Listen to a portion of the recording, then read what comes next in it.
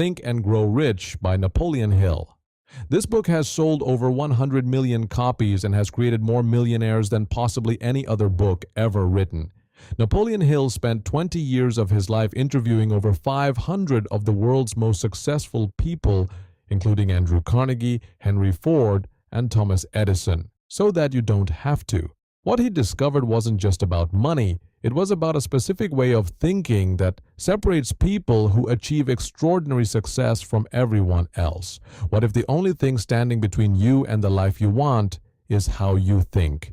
In Think and Grow Rich, Hill reveals the 13 principles that unlock wealth, success, and personal power.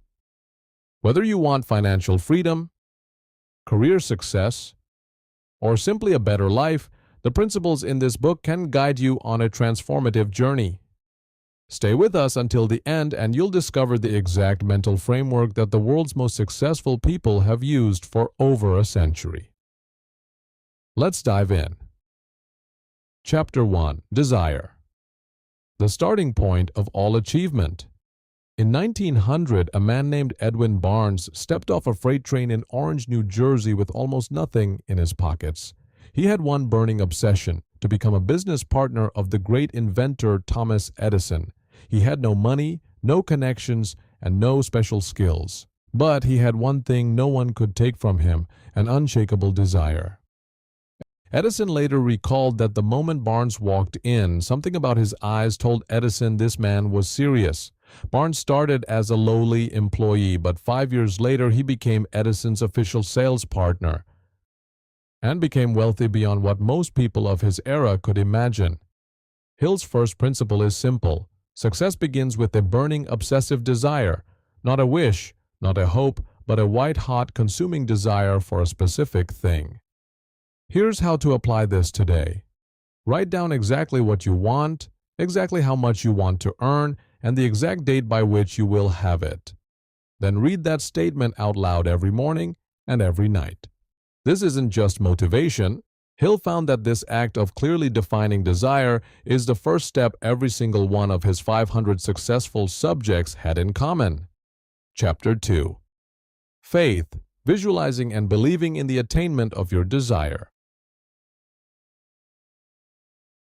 Henry Ford had almost no formal education. He was told repeatedly by experts and engineers that his vision of a V8 engine, a powerful 8-cylinder engine cast in a single block, was impossible. Ford's response? He told his engineers to keep trying until they found a way. 6 months later, they succeeded. Ford's secret wasn't engineering. It was faith, an unshakable belief that what he wanted was possible even when every expert said otherwise. Hill defines faith not as a religious concept, but as a state of mind, a deep confidence in yourself and your goals that you can actually develop through repetition and practice. Practical application. Write positive affirmations about who you are becoming and read them daily. Your subconscious mind doesn't know the difference between what's real and what's vividly imagined. The more you repeat a belief, the more your brain accepts it as truth and begins acting accordingly. Chapter 3. Autosuggestion. The medium for influencing the subconscious mind.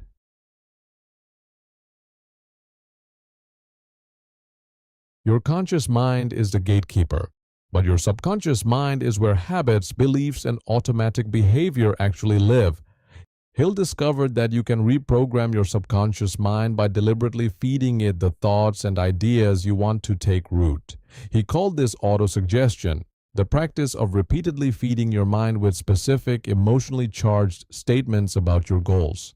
Think of it like this: if you tell yourself, "I'm bad with money," every time you check your bank account, your brain will find ways to prove that statement true.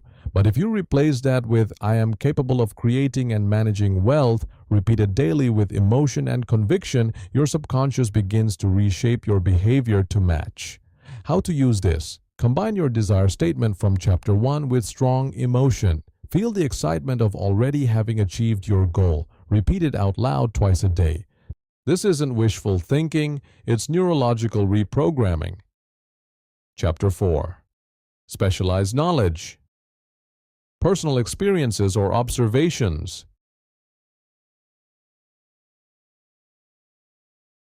Henry Ford was once sued by a Chicago newspaper that called him an ignorant pacifist. During the trial, Ford was questioned to prove his intelligence. The lawyers asked him basic history and science questions, and Ford couldn't answer most of them. But then Ford leaned forward and said something remarkable. "I may not know the answers to those questions, but I have a row of buttons on my desk. When I need to know something, I press a button and the right person appears." Now, would you mind telling me why I need to clutter my mind with that information? Hill's lesson: you don't need to know everything. You need to know who knows what you need to know. The most successful people aren't necessarily the smartest. They're the ones who acquire specific relevant knowledge and know how to apply it or who to call. Your job is to become the go-to expert in one specific area, then build a team around your gaps. Application: identify the one skill that would most accelerate your success right now.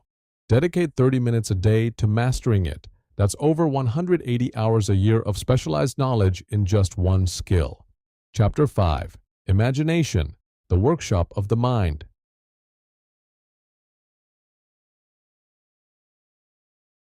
During the Great Depression, a young man named Jerry was working as a soda jerk, serving ice cream at a drugstore counter.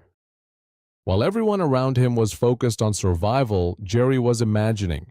He visualized a restaurant where people could get great food fast, served in a new, efficient way. Years later, that vision became one of America's first fast food chains. Hill identified two types of imagination. Synthetic imagination rearranges existing ideas in new combinations. This is where most innovation comes from. Creative imagination connects you to entirely new ideas, often described as sudden flashes of inspiration or gut feelings.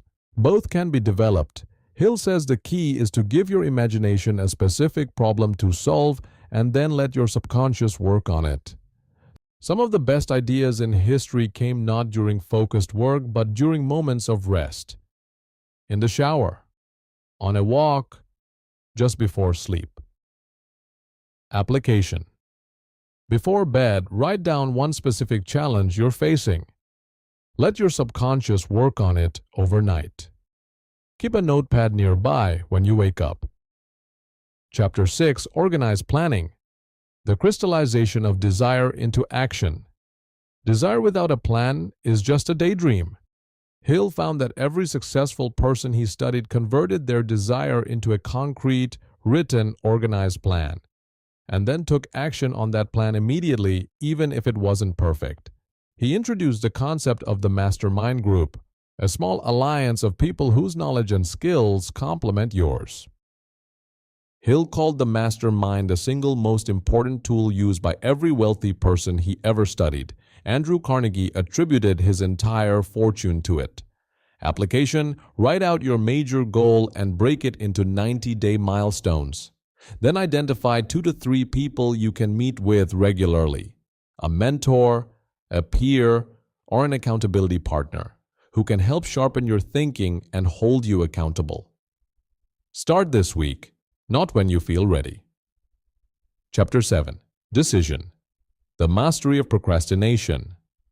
Hill analyzed over 25,000 people who had experienced failure, the most common cause, procrastination, and the inability to make decisions.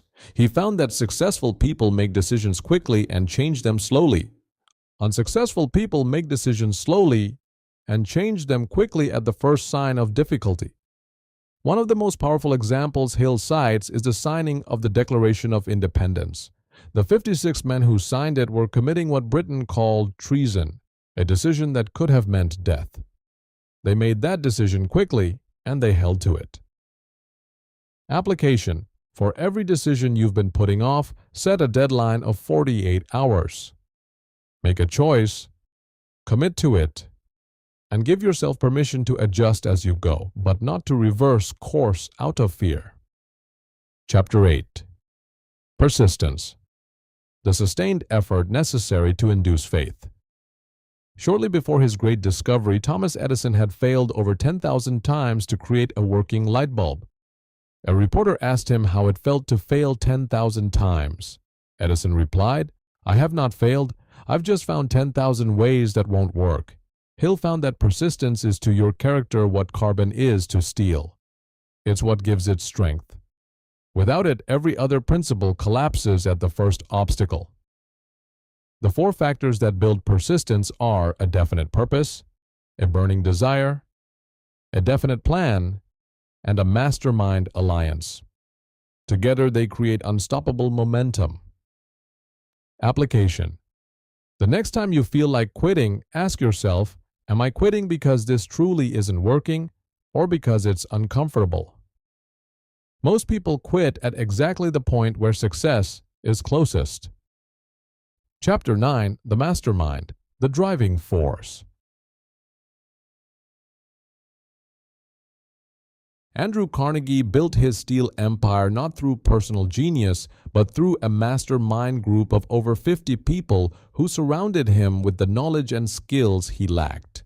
Hill defines the mastermind as the coordination of knowledge and effort between 2 or more people who work toward a definite purpose in harmony. He discovered that when minds work together in harmony, a third invisible force emerges, greater than the sum of its parts. This is why partnerships, great teams, and strong mentorships consistently produce results that no individual could achieve alone. Application.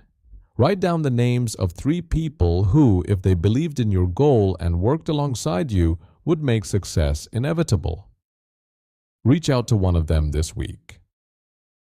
Conclusion. Think and Grow Rich isn't a book about getting rich quickly. It's a blueprint for becoming the kind of person who creates wealth, success, and fulfillment, not by accident, but by design. Let's quickly recap the 9 principles we covered today. 1. Desire. Define exactly what you want with burning intensity. 2. Faith. Develop unshakable belief through daily repetition. 3. Autosuggestion.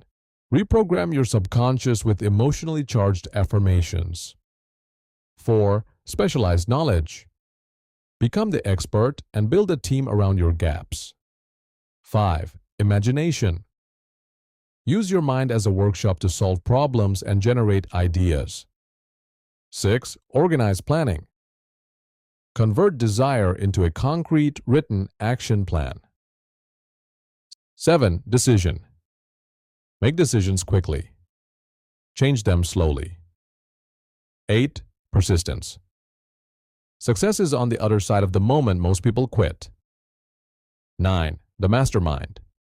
Surround yourself with people who elevate your thinking. Napoleon Hill said it best, "Whatever the mind can conceive and believe, it can achieve."